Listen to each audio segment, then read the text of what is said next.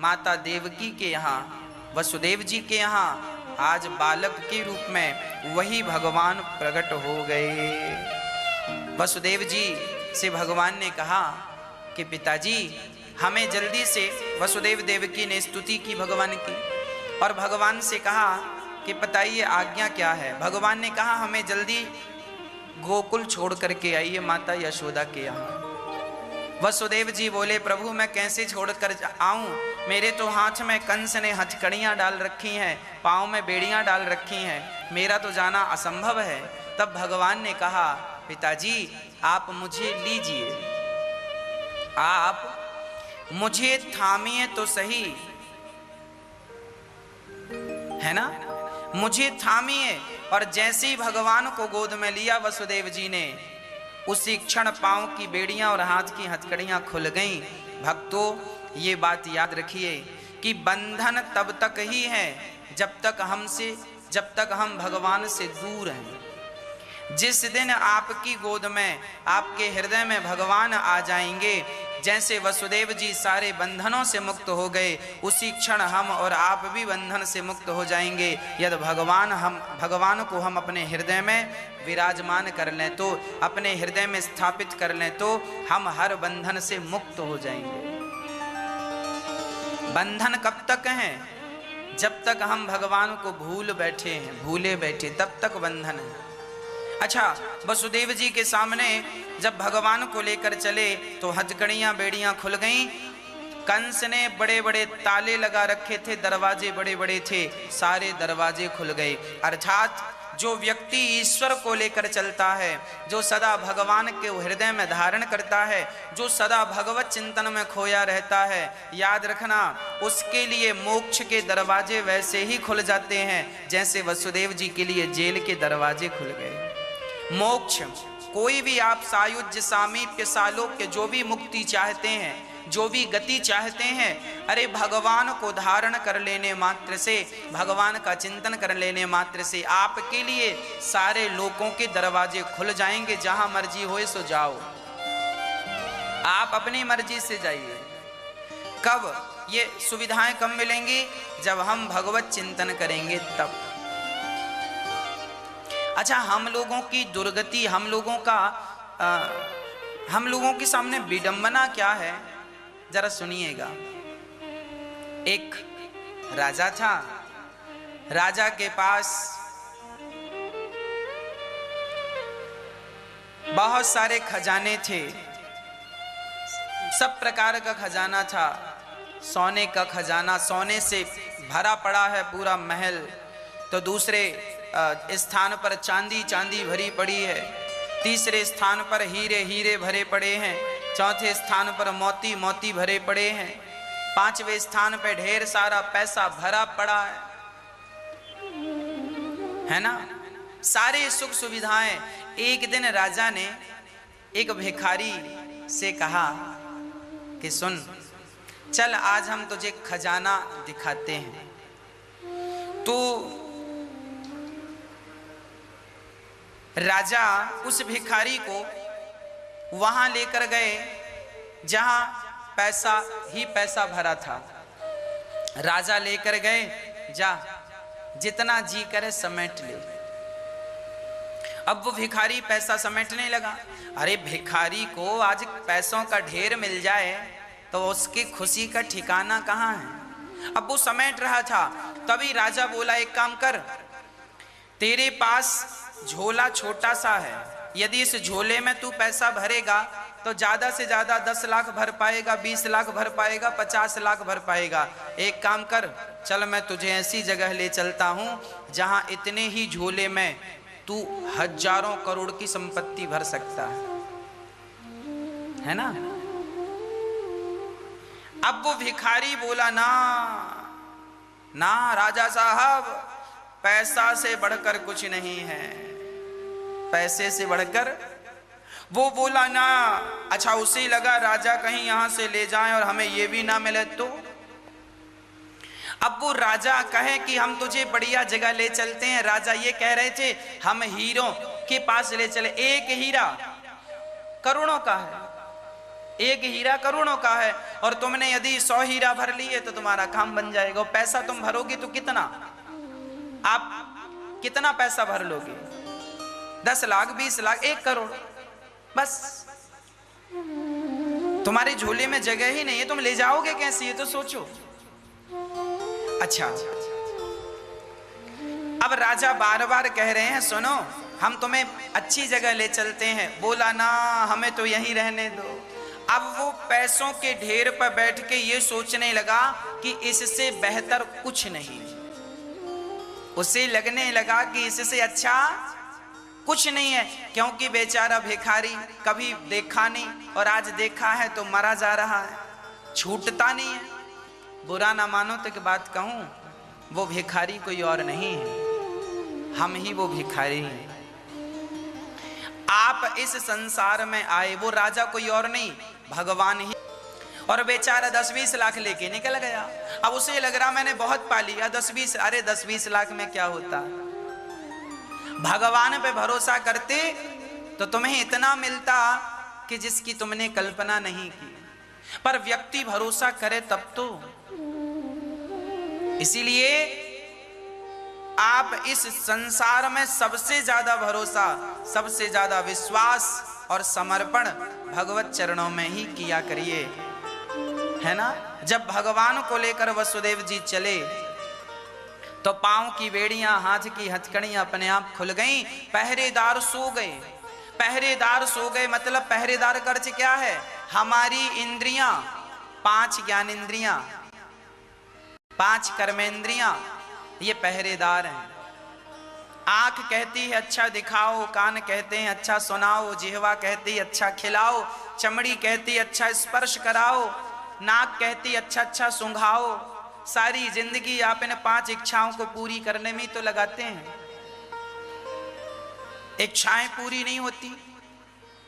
काम सताता है, क्रोध सताता है, लोभ सताता है, ना जाने कितनी बुराइयां हैं। परंतु याद रखना, जो भगवान को लेकर चलते हैं उनके पहरेदार सो जाते हैं। अर्थात जो भगवान को हृदय में धारण करते हैं ना भक्तों, उनको काम, क्रोध, लोभ, मोह सताता नहीं है। भगवान के आते ही ये सब मूर्छित होकर के गिर पड़ते हैं। और भक्त को कभी काम नहीं सताता, भक्त को कभी क्रोध नहीं सताता। सामान्य व्यक्ति तो काम क्रोध में डूबा होता है, उसके रोम रोम में वासनाएं भरी पड़ी हैं। पर जो भगवान की शरण में है, हम अपने बल से काम को नहीं जीत सकते, हम अपने बल से क्रोध को नहीं जीत सकते। पर भगवान के चरणों को पकड़ लें तो भगवत कृपा से काम क्रोध को कम किया जा सकता है। भगवान चाहें तो सब कुछ कर सकते हैं। तो हमें भगवान का चरण पकड़ना है, अपने आप को भगवान के चरणों में समर्पित करना है पूर्ण रूप से, हर प्रकार से। मैं आपका हूँ, हे नाथ मैं आपका हूँ, हे श्याम सुंदर मैं आपका हूँ, मैं आपकी हूँ। हे नाथ मैं आपको कभी भूलूं नहीं। जब चले तो शेष नाग भगवान छाता बन करके आ गए। भगवान को लेकर वसुदेव जी जा रहे हैं ना, तो पानी बरसने लगा। ये पानी बरसना क्या है? ये पानी नहीं बरस रहा है। जो भगवान को ले, वसुदेव जी किन को लेकर जा रहे हैं? भगवान श्री कृष्ण को। जो व्यक्ति भगवान को लेकर चलता है उसके ऊपर ये पानी नहीं, ये तो भगवत कृपा बरस रही है। भगवत कृपा बरसने लगती है जब व्यक्ति भगवान को लेकर चलता है। इसीलिए आप संसार को लेकर ना चलें, भगवान को लेकर चलें, अपने हृदय में बिठाएं उन्हें। अच्छा, शेषनाग भगवान छाता बन गए। छाता बनने का अर्थ क्या है? सर्प को काल कहते हैं। काल ब्याल मुखग्रास रास निर्णास है तबे। सांप मतलब काल। काल से हम सभी को डर लगता है कि नहीं? परंतु जो भगवान को लेकर चलते हैं, काल भी उनके सहायक हो जाते हैं। वसुदेव जी महाराज लेकर जा रहे हैं तो जो सर्प हमें डराता है, जो काल है, वह भी सहायक बन गए उनके लिए जो भगवान को लेकर चल रहे हैं। इसीलिए भगवान को लेकर चलेंगे तो काल से भी डरने की जरूरत नहीं है। भगवान के भक्त को काल भी परेशान नहीं करता। उदाहरण सुनिएगा, जब अजामिल की मृत्यु हुई तो यमदूत लेकर आए, उनका कार्यकाल पूरा हो गया, अजामिल को लेकर जाने लगे, पर उनके मुख से, धोखे से, अजामिल के मुख से केवल नारायण का नाम निकल जाने से क्या हुआ? परिणाम यह हुआ कि अजामिल के पास पार्षद गण आए और उन्होंने 100 वर्ष का समय और दे दिया। चलो 100 वर्ष का समय आप लो और अब भगवान का भजन करो। एक नाम लेने में तुम्हारी सदगति हुई है तो 100 साल तक नाम जपोगे तो पता नहीं तुम्हें क्या मिलेगा। इसीलिए जो समय है वो निंदा, चुगली और व्यर्थ की बकवास में ना जाए, वो समय केवल भगवत चिंतन में, भगवत ध्यान में जाए, भगवान की चर्चा में गुजरे। अब जैसे ही वसुदेव जी चले तो आप यमुना का जल स्तर बढ़ने लगा, यमुना बढ़ने लगी। यमुना महारानी का बढ़ने का संकेत क्या है? जो भगवान को लेकर चलता है, यमुना मतलब भक्ति, जो भगवान को लेकर चलते हैं उनके जीवन में यमुना का स्तर मतलब भक्ति का स्तर तो बढ़ता ही है। भगवान बैठेंगे तो भक्ति, ये यमुना का स्तर नहीं, भक्ति का स्तर बढ़ रहा है। अच्छा, एक डराने वाली बात भी यहां पर है। वसुदेव जी श्री कृष्ण को लेकर कहां पहुंचे? माता यशोदा के पास, और यशोदा माता ने कन्या को जन्म दिया था। उस कन्या का नाम है योग माया, माया है वो माया। अब वसुदेव जी ने गलती क्या कर दी कि उन्होंने श्री कृष्ण को वहां रख दिया और माया को उठा लिया। बस जो व्यक्ति भगवान को लेकर चलेगा उसे पग पग में माया तो मिलेगी, पैसा तो मिलेगा, समृद्धता तो मिलेगी, ऐश्वर्य तो बढ़ेगा, आपका धन धान्य। जो व्यक्ति भगवान की सच्चे मन से भक्ति करता है उसका धन धान्य तो बढ़ेगा, उसका नाम तो बढ़ेगा। परंतु याद रहे कि कहीं भगवान को लेकर चलने में कहीं तुम्हें धन मिल जाए तो कहीं तुम भगवान को रखकर धन ना उठाने लग जाओ। यदि धन उठाने लग गए तो ना घर के रह जाओगे ना घाट के। इसीलिए भक्ति के मार्ग पर जब भगवान, अच्छा सुदामा जी गरीब थे,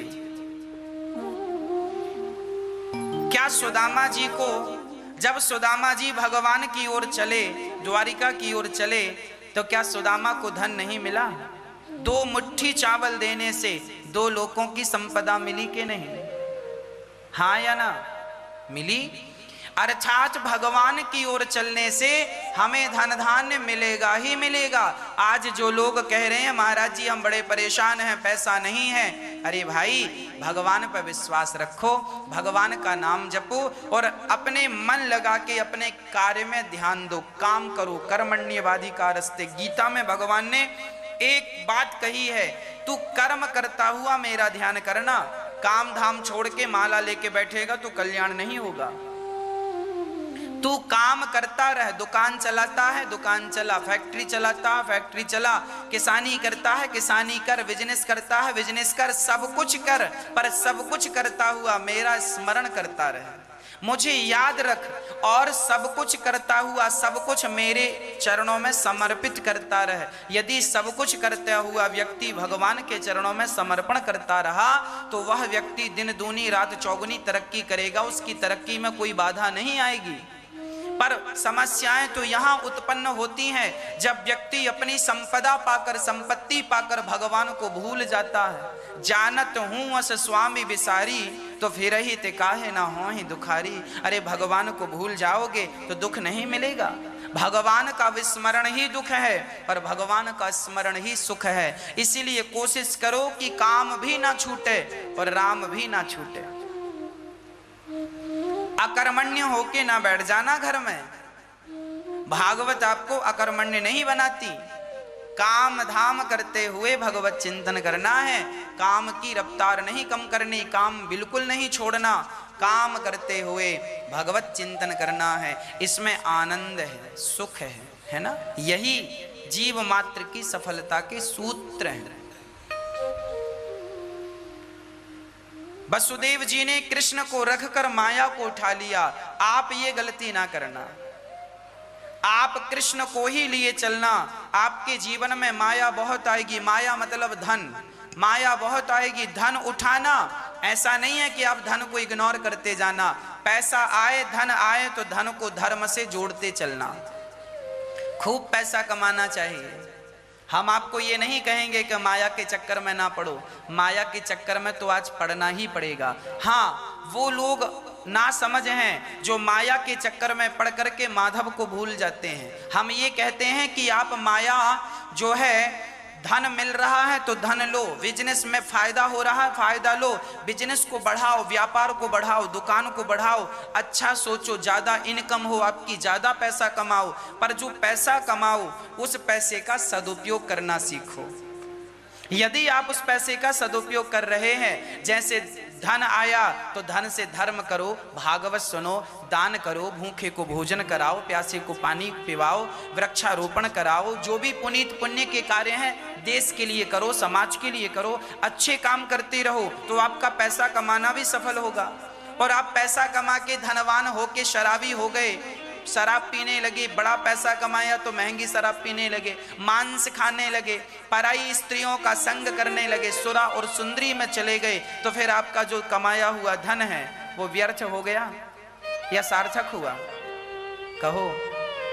धन कमाना बुरा नहीं है, माया बुरी नहीं है, पर माया तब अच्छी है जब माया को माधव से जोड़ा जाए, धर्म से जोड़। धन वही सफल है जो धन धर्म से जुड़ जाता है। इसीलिए भगवान करें आपको बहुत धनवान बनाए, आप बहुत धनवान बनिए, अपने आप को बहुत सफल व्यक्ति बनाइए, पर सफलता में अहंकार ना आ जाए। ओहो, फिर तो लोग छाती फुला के चलते हैं यूं।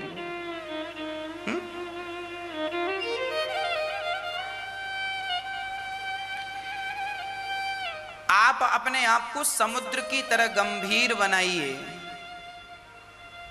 सुख में फूलो मती, दुख में तड़पो मती। पानी कितना भी बरस जाए, नदियों में तो बाढ़ आ जाती है, क्या बारिश के समय समुद्र में बाढ़ आती है? और सारे संसार में पानी ना गिरे, नदियां सूख जाएं, सब जगह सूखा हो, तो क्या समुद्र सूखता है? पानी बरसे तो समुद्र को कोई फर्क नहीं पड़ता, ना बरसे तो समुद्र को कोई फर्क नहीं पड़ता, वो अपनी मस्ती में मस्त है कि नहीं? उसी तरह हमें भी समुद्र की मस्ती में मस्त होना चाहिए। समुद्र की तरह हमें बहुत लाभ हो जाए तो हम ज्यादा अहंकारी ना हो जाएं। कई लोगों को हमने देखा, ज्यादा पैसा आ जाए ना तो हैंग होने लगते हैं, मोबाइल में ज्यादा चीज सेव हो जाए हैंग होने लगता। ऐसे आदमी के पास उसकी क्षमता से ज्यादा धन आ जाए तो हैंग हो जाता, वो सीधा नहीं चलता, फिर उड़ने लगता है, उड़ता है। तो ये इसका अर्थ ये है, ये हैंग हो गया। संपत्ति प्रभुता पाए काय मद नाही, धन पाकर भला किसे अहंकार नहीं आता। जिनको नहीं आता समझ लेना उन पर भगवान की प्रत्यक्ष कृपा है। धन पाकर भी आप धर्म से जुड़े हैं, धनवान होकर भी आप भगवान से जुड़े हैं, पुण्य से जुड़े हैं। इसका अर्थ यही है कि आप पर भगवान की विशेष कृपा, यही ईश्वर की कृपा है। इस कृपा का अनुभव हम सभी को करना चाहिए। वसुदेव जी ने श्री कृष्ण को रखा, माया को लिया, और जब माया को लिया तो फिर जेल के ताले ज्यों की त्यों बंद हो गए, पहरेदार जाग गए और बेड़ियां ज्यों की त्यों लग गईं। माधव को, कृष्ण को लेकर चले तो बंधन से मुक्त हुए, और माया को लेकर आए तो बंधन में बंध गए। माया हमेशा बंधन में बांधती है। कौन सी माया? जो भगवान से विमुख हो जाए वो माया। आप धन पाकर धर्म ना करें तो वही धन तुम्हारा सर्वनाश कर देगा। उदाहरण से समझिएगा, रावण इतना धनवान था, क्या उसके पास धन की कमी थी? पर आपने कहीं नहीं सुना होगा कि रावण दान पुण्य करता था। रावण, आपने कहीं नहीं सुना होगा कि रावण ने भंडारा किया, अन्न क्षेत्र चलाया, दान पुण्य किया, जबकि उसके पास धन की कोई कमी नहीं थी। अच्छा, उसने और क्या किया? माता सीता को और चुरा लिया। माता सीता कौन है? साक्षात लक्ष्मी है। रावण के पास लक्ष्मी की कमी नहीं थी, सोने की लंका में रहता था, फिर भी वो राम की लक्ष्मी चुरा कर ले आया। एक तो आपके पास कमी नहीं है और उस पर आप भी हमारा पैसा हमारा धन चुरा लें। एक तो आप दान पुण्य नहीं कर रहे हैं और दूसरों का आपके पास होने पर भी आप चुरा रहे हैं। रावण ऐसे ही करता था। रावण के पास धन की कमी नहीं थी। माता सीता कौन है? साक्षात महालक्ष्मी। रावण ने सीता को नहीं चुराया, राम की लक्ष्मी को चुराया है, राम के धन को चुराया है। तो रावण का क्या हुआ? सर्वनाश। जिस लंका का घमंड था उसी लंका में आग लग गई। रहा न कोकुल रोवनिहारा, रावण मरा तो कोई रोने वाला नहीं बचा। क्यों? क्योंकि आपके पास धन तो था पर आपने अपने धन को धर्म से नहीं जोड़ा। जब धन को धर्म से नहीं जोड़ा जाता तो वही धन सर्वनाश कर देता है, जैसे रावण का हुआ। इसीलिए राजा हरिश्चंद्र धनवान बने तो उन्होंने अपने धन को धर्म से जोड़ा, तो आज तक हरिश्चंद्र अमर हैं। दानियों में सबसे श्रेष्ठ दानी हरिश्चंद्र हैं। भाई पैसा सबके पास होता है, फर्क इतना है कि कोई अपने पैसे का सदुपयोग करता है तो कोई अपने पैसे का दुरुपयोग करता है। हमारे पास पैसा है तो हम सेवा में लगा रहे हैं, माओं की से आप लोग दे रहे हैं, हम माओं की सेवा कर रहे हैं, दीन दुखियों का दर्द समझ रहे हैं। भोजन अन्न क्षेत्र चल रहा है। 1 करोड़ वृक्ष का सपना हमने देखा है कि 1 करोड़ वृक्ष लगाएंगे, तो ये हम अपने बल पर थोड़ी, आप लोगों का प्यार, आप लोगों के सहयोग के बल पर ही तो हम ये सपने देखते हैं। हमने सोचा कि 1000 वृद्ध माओं की सेवा करेंगे, उन माओं की जिन माओं को बच्चों ने घर से निकाल दिया है, खुद के बच्चों ने घर से दुत्कार दिया है, ऐसी माओं को 1000, अभी तो लगभग 160-165 माताएं रहती हैं, 1000 माताएं रह सकें, उनके लिए हम सोच रहे हैं। ये क्यों सोच रहे हैं? इसीलिए कि हमें पता है, विश्वास है कि आप जैसे महान लोग, दानवीर लोग जुड़े हैं और हम सब मिल करके माओं की सेवा करें। यही पुण्य है, यही धर्म है। धन तो क्या हम बांध कर ले जाएंगे कि तुम बांध कर ले जाओगे, पर जो धन से धर्म कर लेंगे वो हमारे संग चलने के लिए तैयार हो जाएगा। इसीलिए धन मिले तो तुरंत उसको धर्म से जोड़ देना, नहीं तो धन अच्छों की बुद्धियां बिगाड़ चुका है। धन सबकी बुद्धि बिगाड़ता। इसीलिए कृष्ण के संग चलते हुए, भगवत चरणों का चिंतन करते हुए जब धन आए तो धन को धर्म से जोड़ने का प्रयास कीजिएगा। हाँ, अब यहाँ कंस को खबर लगी कि 8वें गर्भ में बेटा नहीं बेटी हुई, पत्थर से पटक दिया, हाथ से छूटकर वो आकाश में चली गई। मूर्ख अष्टभुजाधारी महादेवी प्रकट हो गई, मूर्ख तुझे मारने वाला प्रकट हो गया है, ये कहकर वो अंतर्धान हो गई। यहां कंस भयभीत तो हो गया और देवकी वसुदेव को जेल से मुक्त कर दिया कि अब बंधन से क्या होगा, पर कुछ चाटुकार मंत्रियों के कहने से फिर जेल में डाल दिया। अच्छा, अब यहां सारे ब्रज में उत्सव चालू हो गया। सारे ब्रजवासी, वसुदेव जी महाराज ने, आनंद बाबा ने लाला का जन्म सुना। रबड़ी सी रात में लड़ुआ सो लाला जायो है, माता यशोदा ने बधाई हो बधाई हो, सब लोग बधाई दे रहे। वाह वाह, सुंदर बधाई है। इतना सुंदर स्वरूप था ठाकुर जी का, देखते ही बन रहा है। भगवान बहुत सुंदर हैं, भगवान जितना सुंदर कोई नहीं है, उनके जैसा इस सृष्टि में कोई हो ही नहीं सकता। इसलिए भगवान अद्भुत थे। अच्छा, भगवान को नंद बाबा ने गौ दान करनी शुरू, लाला हो लाली हो, जन्म हो बच्चों का, तो दान नंद बाबा ने दान किया। तिल के पहाड़ बना बना करके दान दिए। अच्छा, अनाज की राशि लगाकर, जैसे गेहूं का एक बड़ा ढेर लगा दिया, दान कर दिया। तिल का ढेर लगा दिया, उसे पहाड़ बोलते हैं, तिल का पहाड़। गेहूं का पहाड़, गेहूं का पहाड़ मतलब गेहूं का एक ढेर लगा दिया, है ना। मंडियों में आपने देखा होगा, बड़े बड़े गेहूं के ढेर लगे रहते हैं, चावल के ढेर लगे रहते हैं, उसे भाषा में पहाड़ बोलते हैं। तो तिल का पहाड़ बना बना के दान किया ब्राह्मणों को, जरूरतमंदों को, दीन दुखियों को खूब दान पुण्य किया। गौ दान किया, भूमि दान किया, स्वर्ण दान किया, हीरे मोती दान किए, खूब दान, लाखों गैया दान कर दी नंद बाबा ने। और सारे लोग बढ़िया सुंदर से कपड़े पहन पहन करके बधाइयां ले ले करके सारे नंद महल में आ रहे हैं। यशोदा बधाई हो, नंद बाबा बधाई हो। सारे लोग भगवान को बधाई पे बधाई, बधाई पे बधाई, खूब आनंद से बधाइयां दे रहे हैं। भगवान कितने सुंदर हैं, जो देखता है देखता ही रह जाता है ना।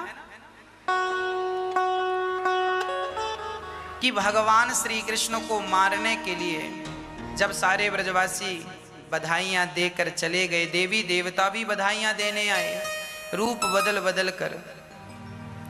एक पालने पर श्याम सुंदर लेटे हैं, दूसरे पालने पर श्री बलदाऊ भैया लेटे हैं। दोनों का पावन दर्शन सब लोग कर रहे हैं। और अभी भगवान छोटे से ही थे कि माता अब भगवान श्री कृष्ण को मारने कंस ने पूतना मौसी को भेज दिया। पूतना लोक बालघ्नि राक्षसी रुधिरासना जिघांसयापहरे स्तनं दत्त्वा पुसद्गतिम्। मैया जी ध्यान से सुनिएगा।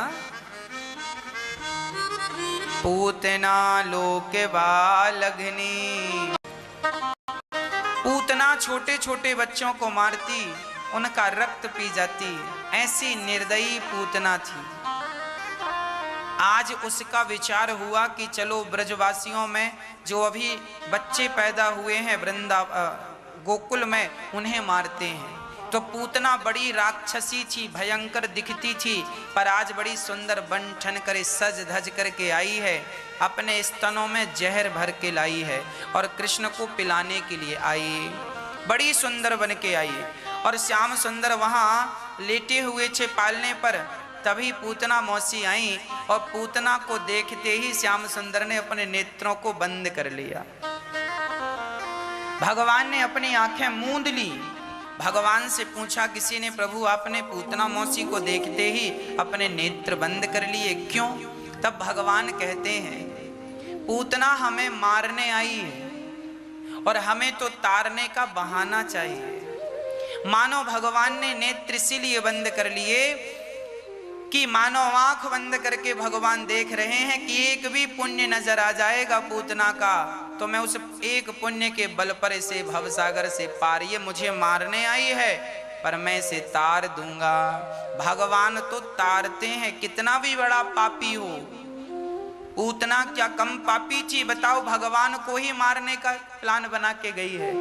अब ये कोई पाप नहीं है क्या भगवान को मारना? अरे शास्त्रों में लिखा है भगवान को गाली देना, भगवान की निंदा करना पाप है। और सोचो कि जो भगवान को मारने जा रहा है वो कितना बड़ा पापी होगा। हरि हर निंदा सुनहि जिकाना, हो ही पाप गौघात समाना। भगवान की निंदा करना सबसे बड़ा पाप है, गुरु की निंदा करना सबसे बड़ा पाप है, अपनी माता अपने पिता की निंदा करना सबसे बड़ा पाप है। और निंदा तो किसी की भी करना पाप है, पर इन गुरु की निंदा तो गौ हत्या के समान है, भगवान की निंदा तो गौ हत्या के समान है। इसीलिए कभी अपने गुरुजनों की और भगवान की निंदा नहीं करनी। हरि हर निंदा सुनहि जिकाना, निंदा करने वाला तो पापी है, निंदा सुनने वाला भी पापी है। पर पूतना तो भगवान को मारने जा रही है, ये कितनी बड़ी पापनी होगी। पर सोचो कि इतनी बड़ी पापनी को भी भगवान ने तारने का प्लान बनाया, इसे हम तार देंगे। न जाने कौन से गुण पर दया निधि रीझ जाते हैं। पता नहीं भगवान को कौन सा गुण अच्छा लग जाए और भक्त के कौन से गुण पर रीझ जाए। इसीलिए भगवान का नाम करुणा निधान है, पतित पावन है। पतितों को पावन करने से नाम पड़ा पतित पावन।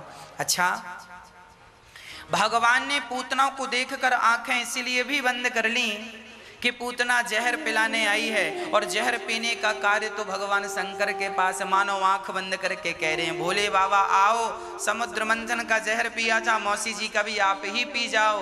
मानो इसलिए आंख बंद कर लिए। अच्छा, भगवान ने आंख इसीलिए भी बंद किए क्योंकि पूतना मौसी आई है मारने, और वो तो मार नहीं पाएगी, भगवान ही मारेंगे। तो भगवान को लगा अब अपने कार्यक्रम की शुरुआत कर रहे। कुछ लोग ना गलत होते हैं, गलत मतलब उसने जैसे किसी ने चोरी की, माना कि मैंने चोरी की, अब मैंने कोई चोरी कर ली, आप कहेंगे महाराज जी आपने चोरी की है, मैं कहूँगा आ जाए और कहे भैया मैं 2 दिन इसका भूखा हूं, मुझे भोजन दे दो, तो आप देंगे कि नहीं देंगे? निश्चित देंगे। अब कोई आदमी मर जाए और कहे कि लो भैया ये मर गया, आपने तो भोजन नहीं दिया, भूख से मर गया, तो आप कहेंगे भैया भूख से मर गया, हमें बताता तो, हमें तो पता ही नहीं था।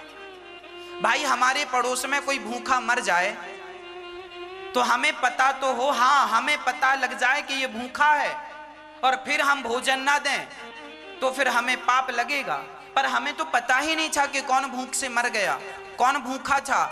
उसी प्रकार जो तुम्हारे द्वार पर आता है तुम उसकी भूख मिटाते हो, जो तुम्हारे द्वार पर नहीं आता, तुम्हें पता नहीं चलता, उसकी भूख आप कैसे मिटाएंगे? उसी तरह जो भगवान के द्वार पर चले जाते हैं भगवान उनका दुख दूर करते चले जाते हैं। जो भगवान के द्वार जाते ही नहीं, जो आत्मसमर्पण करते ही नहीं, जो भगवान के होते ही नहीं, जो ये कहते ही नहीं कि नाथ मैं आपका हूं।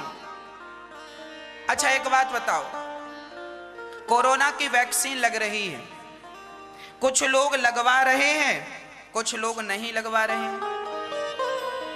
वैक्सीन लगवानी चाहिए तब ये कोरोना जैसी महामारी समाप्त होगी। कुछ लोग वैक्सीन लगवा रहे, मैंने तो लगवाई, मैंने लगवा ली, 1 डोज लगवा लिया, दूसरा लगवाने का है। कुछ लोग वैक्सीन लगवा रहे हैं अपनी मर्जी से, कुछ लोग नहीं लगवा रहे। अब जो नहीं लगवा रहे हैं तो क्या सरकार जबरदस्ती पकड़ के लगाएगी? अब इनको कोरोना होगा और ये मरेंगे तो जिम्मेदार कौन होगा? सरकार जिम्मेदार होगी कि आप जिम्मेदार होंगे कि हम जिम्मेदार? अरे वैक्सीन लग रही है, क्यों नहीं लगवा रहे हो? क्यों भाग रहे हो? कल मर जाओगे तो फिर रोओगे हम मर गए। अभी क्यों नहीं लगवा रहे हो वैक्सीन? लगवाओ। उसी तरह जैसे आप अपनी मर्जी से वैक्सीन लगवाने जाते हैं तो वैक्सीन लगती है, सरकार जबरदस्ती पकड़ के नहीं ठोकेगी कि लो आओ। हाँ, उसी प्रकार जो भगवान की शरण में जाता है उसको कृपा की वैक्सीन भगवान लगा देते हैं। जो शरण में जाता ही नहीं तो कृपा की वैक्सीन क्यों लगेगी? अब आप परेशान, महाराज जी हम दुखी हैं, तुमने भगवान के पास जाकर वैक्सीन लगवाई कि नहीं? कृपा की लगवाई ही नहीं, समर्पण किया ही नहीं, अब वैक्सीन लगी नहीं, मरो। कौन जिम्मेदार है? आदमी अपने कर्मों से जिम्मेदार होता है, अपने कारण जिम्मेदार बनता है और दोष भगवान को देता है। भक्तों, भगवान के द्वार पर जाकर आत्मसमर्पण करना चाहिए। हे जगन्नाथ जी मैं आपका हूँ, हे रंगनाथ जी मैं आपका हूँ, हे बिहारी जी मैं आपका हूँ, हे द्वारिकाधीश जी मैं आपका हूँ, हे विठलनाथ जी मैं आपका हूँ, हे तिरुपति भगवान जी मैं आपका हूँ। अपने आप को सौंप दो, मैं कपटी हूँ, इस बात को स्वीकार करो। कहा करो मंदिर जाकर के, हे भगवान मैं पापी हूँ, मैं अधम हूं, मैं नीच हूं। अच्छा तुम्हें कोई नीच कह देना बवाल खड़ा हो जाता है, हमें नीच कहा। सच्ची बताना क्या तुम नीच नहीं हो? कोई तुम्हें कह दे तुम कामी हो, तुम बवाल खड़ा, हमें कामी कहा, कामी? क्या सच्ची बताना, दिल में हाथ रख के बताओ क्या तुम कामी नहीं हो? कोई तुम्हें क्रोधी कह दे, तुम्हें बुरा लगता, हमें क्रोधी कहा, क्या तुम सच्ची बताओ क्रोधी नहीं हो? कोई तुम्हें कह दे तुम बहुत बड़े मूर्ख हो, मूर्ख, तुम्हें बुरा लग जाएगा, हमें मूर्ख कहा, बवाल खड़ा हो जाएगा, हमें मूर्ख। सच्ची बताओ क्या तुम मूर्ख नहीं हो? क्या तुम सब विषयों के विद्वान हो? क्या तुम मूर्ख नहीं हो? क्या कभी कभी तुम मूर्खता के निर्णय नहीं ले लेते हो? क्या मूर्खता पूर्ण काम तुम नहीं करते हो? मूर्ख हो पर दुनिया कहे कि मूर्ख है तो बुरा लगता, यही कपट है। मैं मूर्ख हूं पर कोई मुझे मूर्ख कहता है तो बुरा लगता है। मैं कामी हूं पर कोई मुझे कामी कहे सो बुरा लगता है। मैं क्रोधी हूं, कोई मुझे क्रोधी कहे सो बुरा लगता है। इसीलिए कहता हूं भगवान के पास जाया करो और अपने आप को गालियां दिया करो। मैं क्रोधी हूं, मैं मूर्ख हूं, मैं कपटी हूं, मैं कामी हूं। हे नाथ, मैं आपके दर पे आया हूं, मैं अभागा हूं, मैं ऐसा हूं, मैं वैसा हूं। गोस्वामी तुलसीदास जी ने तक अपने आप को क्या कहा जानते हो? मौसम कौन कुटिल खल कामी। तुलसीदास जी कह रहे हैं मेरे जैसा कौन कुटिल खल। क्या तुलसीदास जी कामी थे? नहीं, उनकी जैसी उदारता कहां होगी। हनुमान जी कहते हैं प्रात ले जो नाम हमारा, तेहि दिन ताहि न मिले आहारा। असमय अधम सखा सुनो, हनुमान जी कह रहे हैं। हनुमान जी अपने आप को क्या कह रहे हैं? असमय अधम। अपने आप को क्या कह रहे हैं? अधम। अधम जानते हैं ना? अधम। आपको कोई कह दे तुम बहुत अधम हो तो आपको लगेगा हमें गाली दे रहा, आपको गुस्सा है, हमें अधम कहा, तेरी टांग तोड़ेंगे हम, हमें अधम कहा। और हनुमान जी कह रहे हैं असमय अधम सखा सुनो, मोहु पर रघुवीर, कीन्हि कृपा सुमरी गुण भरे बिलोचन नीर। वाह! हनुमान जी कहते हैं विभीषण जी, राम, जब विभीषण जी ने कहा कि मैं तो राक्षस हूं, लंका में रहता हूं, ना तो भजन करता हूं, ना भक्ति हुई, क्या राम मुझे मिलेंगे? तब हनुमान जी ने कहा राम तो हम जैसे बंदरों को भी मिल गए तो तुम तो फिर भी पंडित हो, तुम्हें तो भगवान मिलेंगे। असमय अधम, मेरे जैसे अधम को भी भगवान मिल गए तो आपको जरूर मिलेंगे। हनुमान जी अपने आप को अधम कह रहे हैं। असमय अधम सखा सुनो, ये हनुमान जी का क्या है? बड़प्पन है। हनुमान जी साक्षात भगवान शंकर के अवतार हैं पर वो अधम कह रहे हैं। यही भक्तों की भाषा है।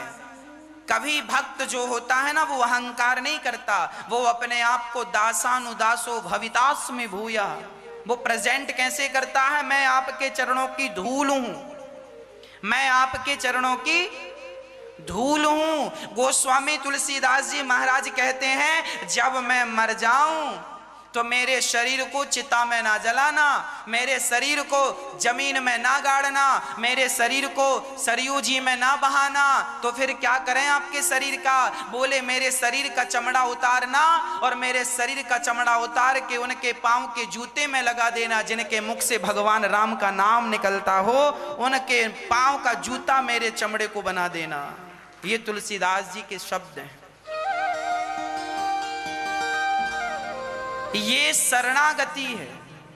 अपने आप को छोटे से छोटा, छोटे से छोटा, छोटे से छोटा, तिनके से भी छोटा, धूल के कण से भी छोटा, अपने आप को जिस दिन तुम धूल से छोटा मान लोगे ना कि मैं भगवान के, और ये जो वृंदावन में भक्त हैं, आप जैसे तमाम जो भक्त हैं, आपके चरणों में लगी हुई धूल जो है उस धूल से भी मैं छोटा हूं। जब आप अपने आप को इतना छोटा मान लेंगे उसी दिन आप सबसे बड़े हो जाएंगे। पर विडंबना तो यह है आदमी अपने आप को बड़ा समझता है, छोटा। आपने कभी देखा होगा वो गुलेल हम लोग चलाते हैं ना, यूं है ना, उसका सिद्धांत है वो जितने पीछे जाएगी उसका पत्थर उतने आगे जाएगा। धनुष बाण, धनुष में बाण हम लगाते हैं तो डोर को पीछे ले जाते, पीछे की तरफ डोरी को खींचते हैं। याद रखना डोरी जितने पीछे जाएगी आपका बाण उतने आगे जाएगा। सच है, जितने पीछे आप डोर ले जाएंगे उतने आगे आपका बाण जाएगा। उसी तरह आप अपने आप को जितना छोटा बनाएंगे आपको भगवान उतना बड़ा बना देंगे। पर आप अपने को छोटा बनाएं तो सही, अपने आप को छोटा समझें। आप कर्म से तो बड़े हैं, कर्म तो अच्छे करें, पर अपने आप को भगवान के चरणों की धूल, भक्तों के चरणों की धूल, यह भाव बना रहे। जब ये भाव बना रहेगा तो अहंकार आने की संभावनाएं खत्म हो जाएंगी और फिर हमारे अंदर जो कपट भरा पड़ा है वो कपट तुरंत विदा हो जाएगा और हमारा मन निर्मल हो जाएगा। और निर्मल मन होगा तो भगवान उसी दिन मिल जाएंगे जिस दिन मन निर्मल हो जाएगा। निर्मल मन जन सो मोहि पावा, मोहि कपट छल छिद्र न भावा। पूतना मौसी आई, उनके अंदर कपट था, इसीलिए भगवान ने नेत्र बंद कर लिए और पूतना ने भगवान को उठाकर अपना स्तन मुंह में दिया। भगवान माँ का स्तन, पूतना मौसी का स्तन पीने लगे, दूध पीने लगे और जोर से पकड़ लिया। दूध पीते पीते दूध खत्म, थोड़ा सा जहर बचा, भगवान ने जहर पीना शुरू कर दिया। जहर भी खत्म, दूध खत्म, जहर खत्म, अब पूतना के प्राण बचे। और जब पूतना के प्राण बचे तो भगवान माता पूतना के प्राण पीने लगे और जब प्राण पिए तो पूतना चिल्लाई, अपने असली रूप में आ गई और चिल्लाकर भागी, कंस के बगीचे में पहुंची। भगवान ने पूरे प्राण पी लिए और धड़ाम से पूतना मौसी गिरी। पूतना का गोविंदाय नमो नमः। अहो वकेयं स्तनकालकोटं जिघांसया पाय यदाप्यसाध्वी लेभे गतिं धात्रिचितां ततोऽन्यं कंबादयालुं शरणं व्रजेम। भगवान बड़े दयालु हैं। भगवान इतने दयालु हैं कि पूतना मौसी मारने आई, भगवान ने पूतना जैसी मौसी को जो मारने आई, इतने दयालु हैं कि उन्हें वह गति दी जो माता कौशल्या, माता यशोदा को देने वाले हैं। वही गति भगवान ने पूतना को दे दी। भगवान जैसा दयालु कौन होगा? इसीलिए आप संसार के पास क्यों जाते हैं? क्यों नहीं भगवान की शरण ग्रहण कर लेते? वही हमारे हैं। हाँ, पूतना का उद्धार हुआ। नंद बाबा कंस के यहाँ कर चुकाने गए, कर चुका कर लौटे, रास्ते में वसुदेव जी मिले और वसुदेव जी ने कहा आप जाइए, बड़े खतरे हैं। बड़ा एक दूसरे का दुख सुख बांटा सुना नंद बाबा और वसुदेव जी ने। और जब आए तो देखा कि पूतना का शरीर मरा पड़ा है। चिताओं पे रखकर जलाया तो पूतना के शरीर से एक सुगंध निकल पड़ी। परीक्षित जी ने कहा ये तो राक्षसी थी, फिर सुगंध क्यों निकली? बोले ये राक्षसी थी पर भगवान ने से तार दिया। जैसे लोहा पारस मणि के संग में आ जाए, लोहे को पारस मणि से स्पर्श करा दिया जाए तो लोहा सोना बन जाता, उसी प्रकार हम जीवात्मा तो लोहे की तरह हैं, पर भगवान श्री कृष्ण पारस मणि है। यदि हम उनके चरणों का स्पर्श करते रहें, उनके चरणों में रहें, तो हम जैसे पतित भी पावन हो जाते हैं, हम जैसे भी पावन हो जाते हैं। जैसे नाला गंगा जल में मिलकर गंगा हो जाता है, ऐसे हम जैसे पापी भगवान की भक्ति करके पवित्र हो जाते हैं। जैसे नाले का पानी गंगा से मिलकर पवित्र होकर गंगा बन गया। नाम की बड़ी महिमा है, भगवान के चिंतन की बड़ी महिमा है। पूतना का उद्धार हुआ। उसके बाद भगवान को मारने के लिए कंस, माँ यशोदा ने लाला की पूंछ से, गौ माता की पूंछ से नजर उतारी, लाला को गोद से लगाया, हृदय से लगाया, दूध पिलाया और सेवा की, है ना। एक दिन भगवान करवट बदले तो माता यशोदा ने भगवान का एक उत्सव रखा, ब्राह्मणों को बुलाया, स्वस्ति पाठ कराया और ब्राह्मण भोज कराया। आप लोग भी अपने जीवन में जब भी कुछ उपलब्धि पाया करो, जब भी कुछ अच्छा उत्सव आए तो आप लोग भी जरूर अन्नदान जरूर किया करो। आपके नाम से कोई भोजन करे, इससे बड़ा पुण्य नहीं होता। आपकी शादी की सालगिरह है, जन्मोत्सव है, कोई अच्छे उत्सव हैं, तो उन उत्सवों को जरूर अन्न से जोड़ना चाहिए। आपके नाम का कोई पेट भर भोजन करे। इसीलिए गौरी गोपाल अन्न क्षेत्र में यहाँ नित्य संतों की सेवाएं चल रही हैं। हजारों संत रोज भोजन प्रसादी कर रहे हैं। आप भी इस अन्न क्षेत्र की सेवा से एक दिन के लिए आप भी जुड़कर आप भी अपने शादी की सालगिरह पर, बच्चों के जन्मोत्सव पर एक दिन यहाँ के संतों को एक दिन भोजन करा सकते हैं। यहाँ जो संत जन भोजन करते हैं, आप जो टीवी के माध्यम से देखते हैं कि किस प्रकार संत लोग भोजन करते हैं, आप भी एक दिन की सेवा अन्न क्षेत्र की करा सकते हैं। तो जैसे नंद बाबा श्री भगवान का उत्सव मना रहे थे, सारे ब्रजवासी उत्सव मना रहे थे और बड़े प्रेम से उत्सव मनाते हुए एक दूसरे को भोजन करा रहे थे। सारे संतों को भोजन पवा रहे थे, ब्राह्मणों को भोजन करा रहे थे, जो वन पड़े सो भोजन दान कर रहे थे, अन्नदान कर रहे थे। और विप्र जनों का, संत जनों का आशीर्वाद ले रहे थे। उसी समय शकटासुर आ गया और जब शकटासुर आया, भगवान को मां यशोदा ने गाड़ी के नीचे लिटा दिया और भगवान की जब आंख खुली तो भगवान रोने लगे, मानो माँ को बुला रहे हैं, पर माँ तो आई नहीं। भगवान ने देखा अच्छा मामा जी बैठे हैं, तो छकड़े पर एक पांव जमाया, भगवान ने पांव का एक अंगूठा जमाया हल्का सा, तो छकड़ा ऊपर गया, धड़ाम से गिरा और शकटासुर का गोविंदाय नमो नमः। छकड़ा जब धड़ाम से गिरा तो आवाज आई, मैया दौड़ी दौड़ी आई, लाला को लगाया हृदय से, बोली ब्रजवासियों से, बच्चों ये कैसे छकड़ा ऊपर गिरा? ब्रजवासियों ने कहा मैया तेरे छोरा नहीं एक लात जमाई तो छकड़ा ऊपर से नीचे आके धम्म से गिर गए हो, तो को पतो ना है। अब मैया बोली राम राम, मेरे छोरा में इतनी ताकत कहाँ से आएगी, कितने बड़े छकड़े को हवा में उड़ाए। अब तो मैया तो बड़ा प्रेम करती है, लाला को लेकर चली गई। शकटासुर का उद्धार हुआ। एक दिन भगवान को मारने तृणावर्त कंस ने तृणावर्त को भेजा, बवंडर के रूप में, हवा के रूप में आया और माँ यशोदा आंगन में बैठकर लाला को दूध पिला रही थी कि तभी तूफान उठा, सबकी आंखों में धूल सी चली गई और माँ यशोदा ने, भगवान ने अपना वजन बढ़ाया। मैया को लगा ज्यादा तो दूध नहीं पी लिया, तो उतार कर चली गई काम में। बवंडर आया, भगवान को लेकर भागा। भगवान का आज मन था उड़न खटोला में झूलने का, तो खूब झूला झूल रहे हैं। गर्मियों में गोल गोल हवा चलती है ना, ऐसे बवंडर के रूप में आया।